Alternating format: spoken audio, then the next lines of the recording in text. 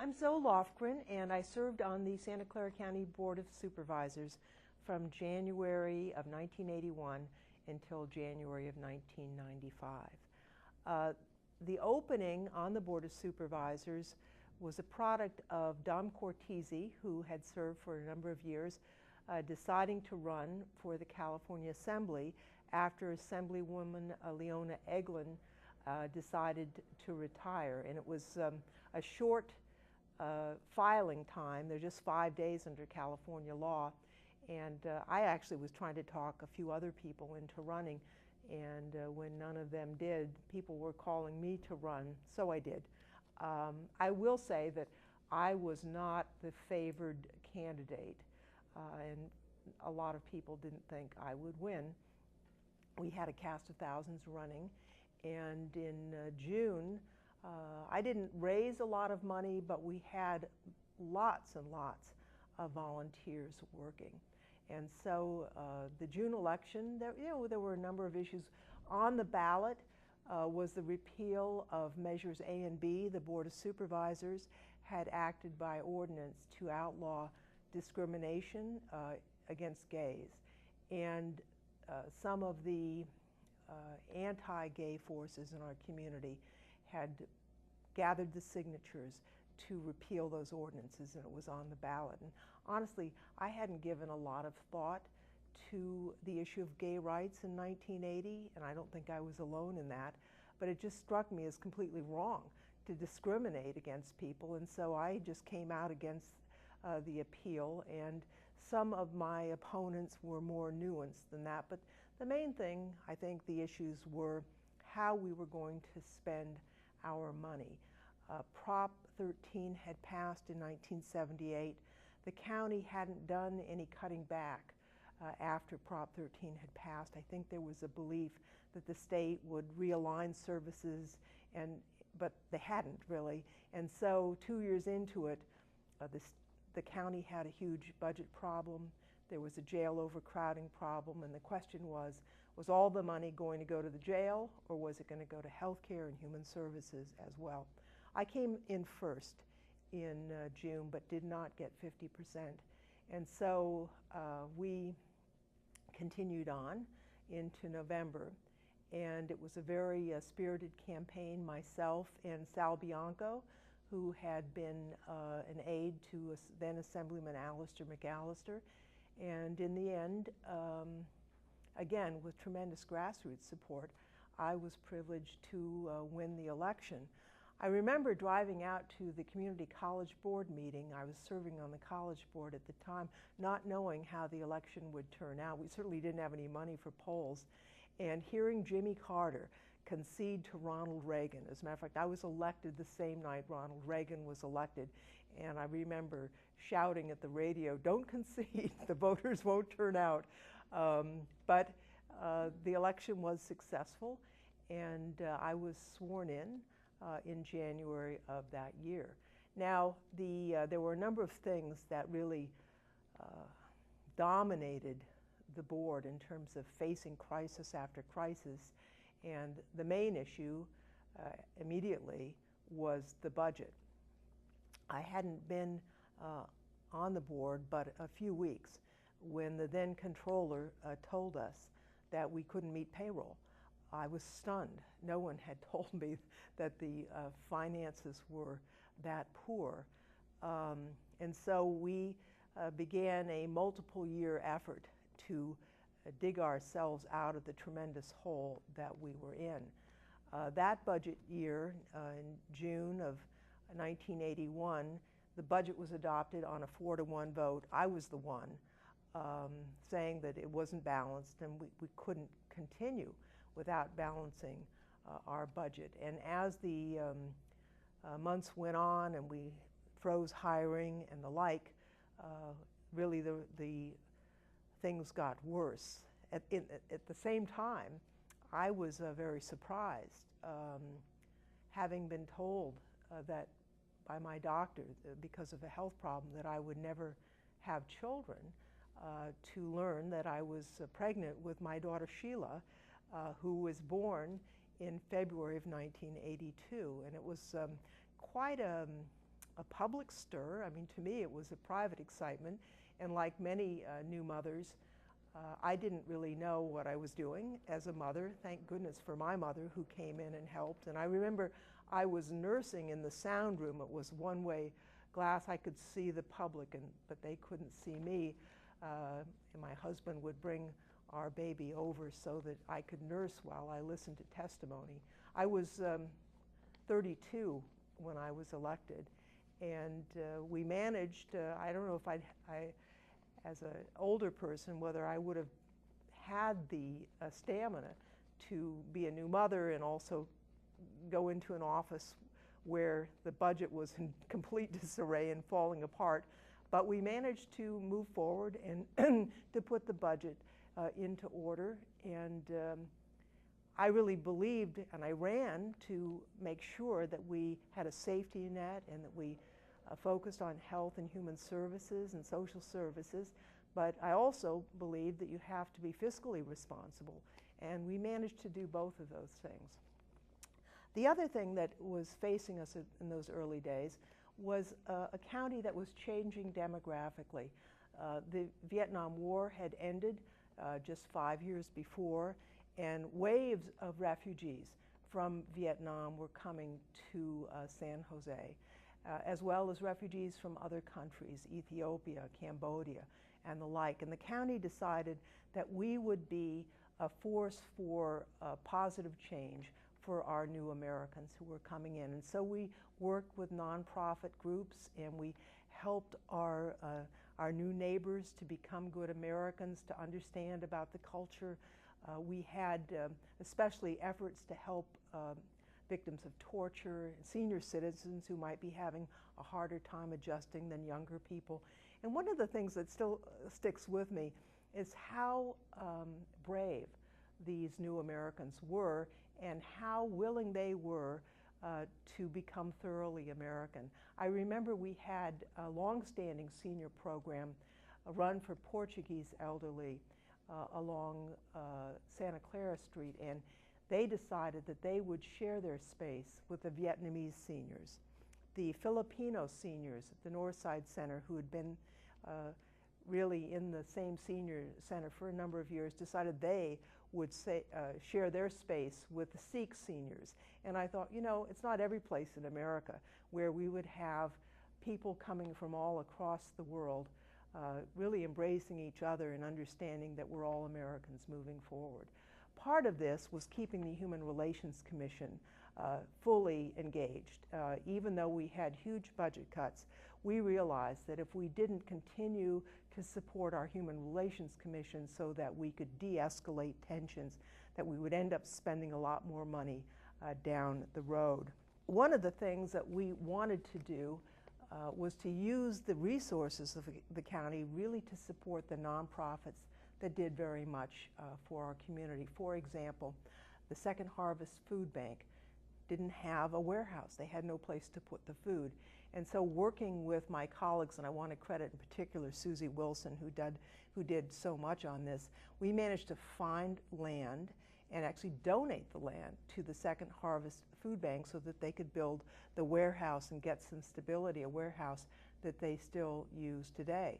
I remember the Housing Authority wanted to build senior citizen housing, and so we actually gave them the land on Lenzen Avenue for their senior center right next to an elementary school so that the seniors and kids could work together. We used our bonding authority for the YMCA in East San Jose so that they could open programs for young people over in East San Jose. We also faced the AIDS crisis there in the early 80s, where now we look back and realize that people with AIDS can be treated and maintained. At the time, AIDS was a death sentence, and so we organized to provide care for people who with this devastating illness, and also organized lawyers and others to help the victims. Throughout this time, we had a crisis in jail overcrowding. When I was elected in 1981, we hadn't had a new jail built in the county since 1957. And there was a lot more population and crime continued. And so we had a massive jail overcrowding problem. And some people felt that there should not be a single additional jail cell built. I was not in that group. It seemed that we needed facilities to take care of the natural growth, although I am a believer, and was then as well, of rehabilitation programs. At the same time, we had a jail overcrowding program. Of course, we had no money, and Prop 13 had eliminated the ability of local governments to raise money. Becky Morgan, who later went on to be elected to the state senate, talked us into putting a ballot measure on the county ballot to ask for a bond measure to build a jail. And although we all endorsed it, the county voters turned it down. And so we had a huge problem, and as I say, litigation had been initiated by the Public Interest Law Foundation. And we had a series of judges who really went off the deep end on this issue, and they were really aided and abetted by then County Sheriff Bob Winter, who I think saw this lawsuit as a way to leverage his position using the prisoners to get more money from the Board of Supervisors. As things went on, we had almost a circus atmosphere about the jail overcrowding system. As that was going on, I was going up to Sacramento practically every other week trying to get money from the state bond measures so that we could actually increase our jail capacity. Things came to a head when the judge who was hearing the case ordered the Board of Supervisors to build 90 single cells in 90 days.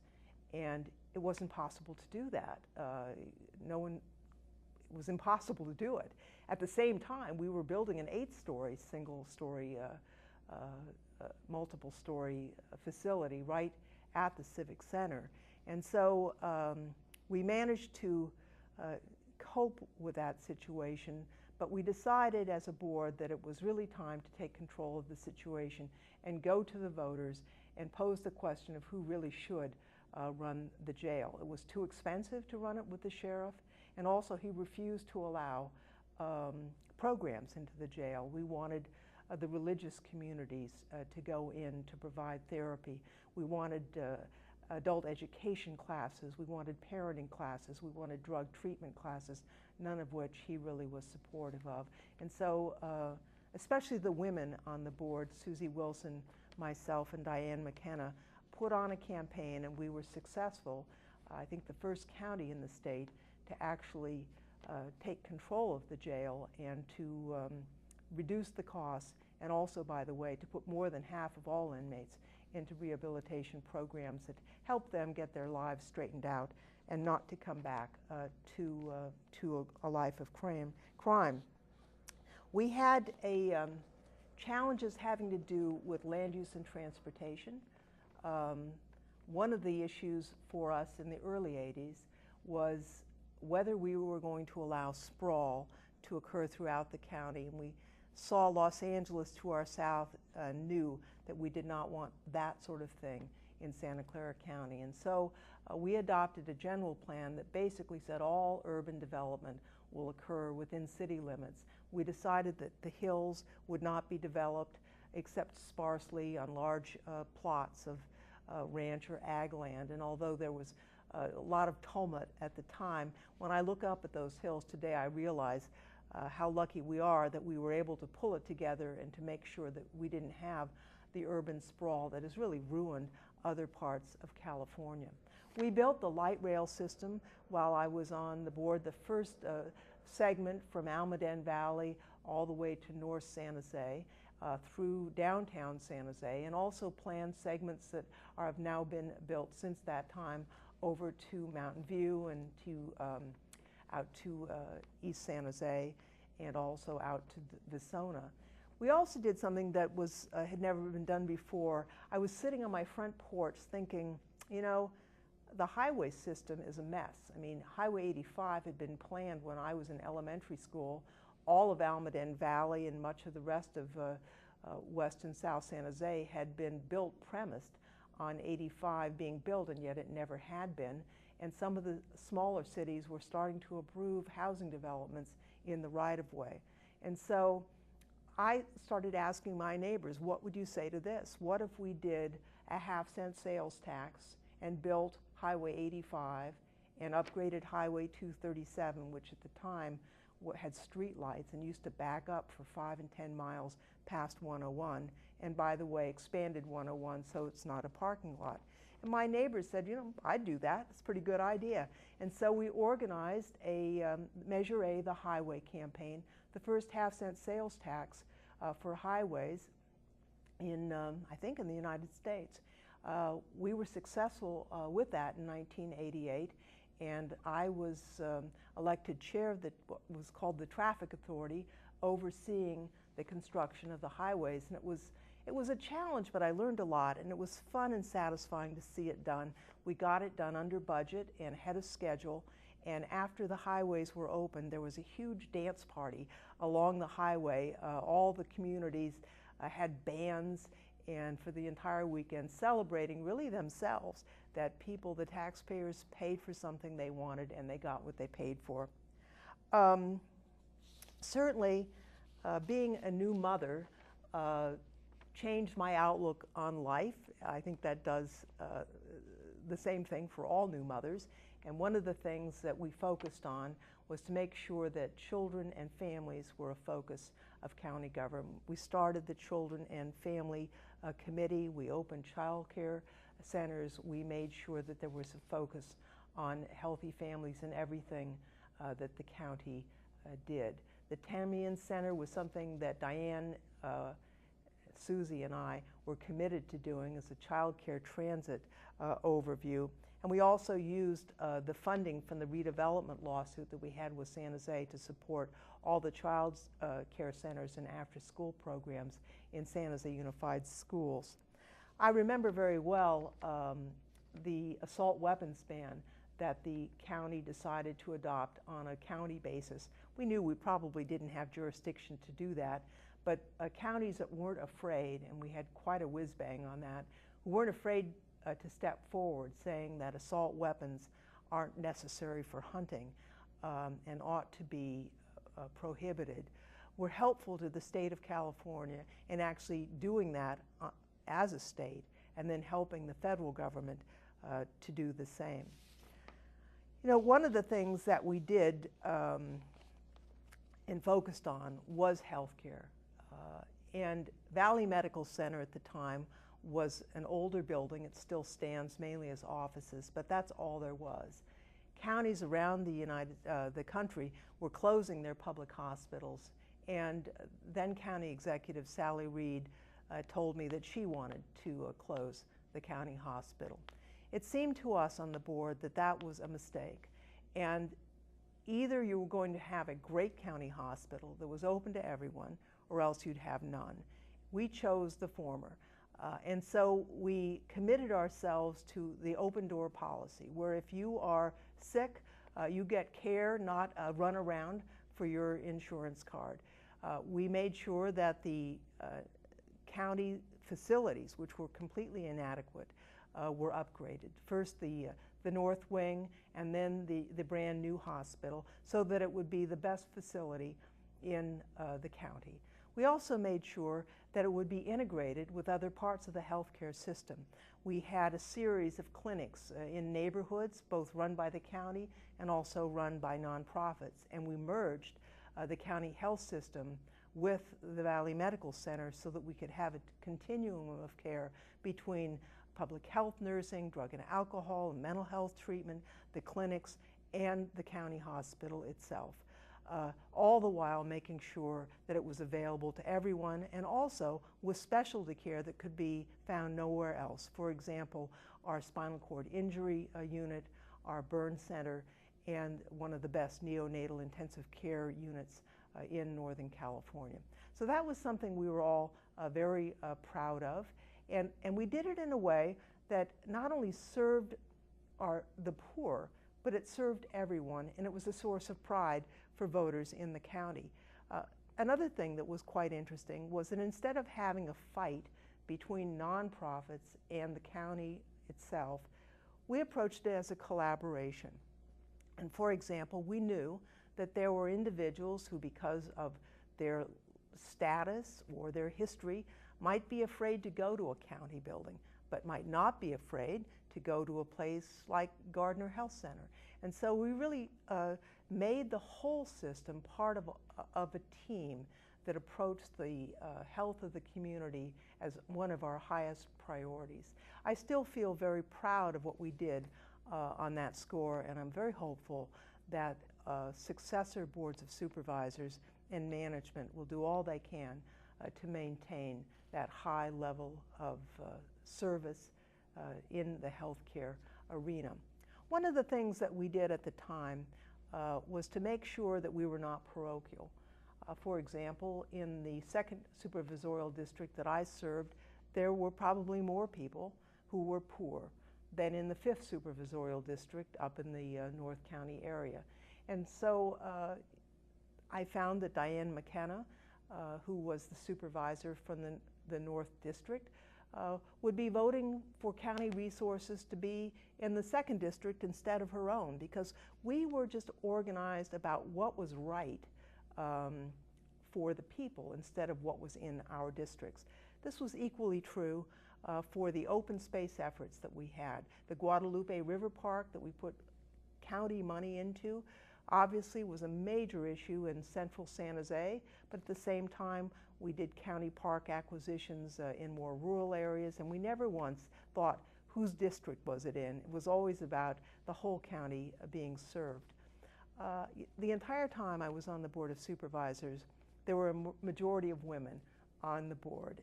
First with myself, Susie Wilson, and Becky Morgan, then Susie Wilson, and Diane McKenna and myself.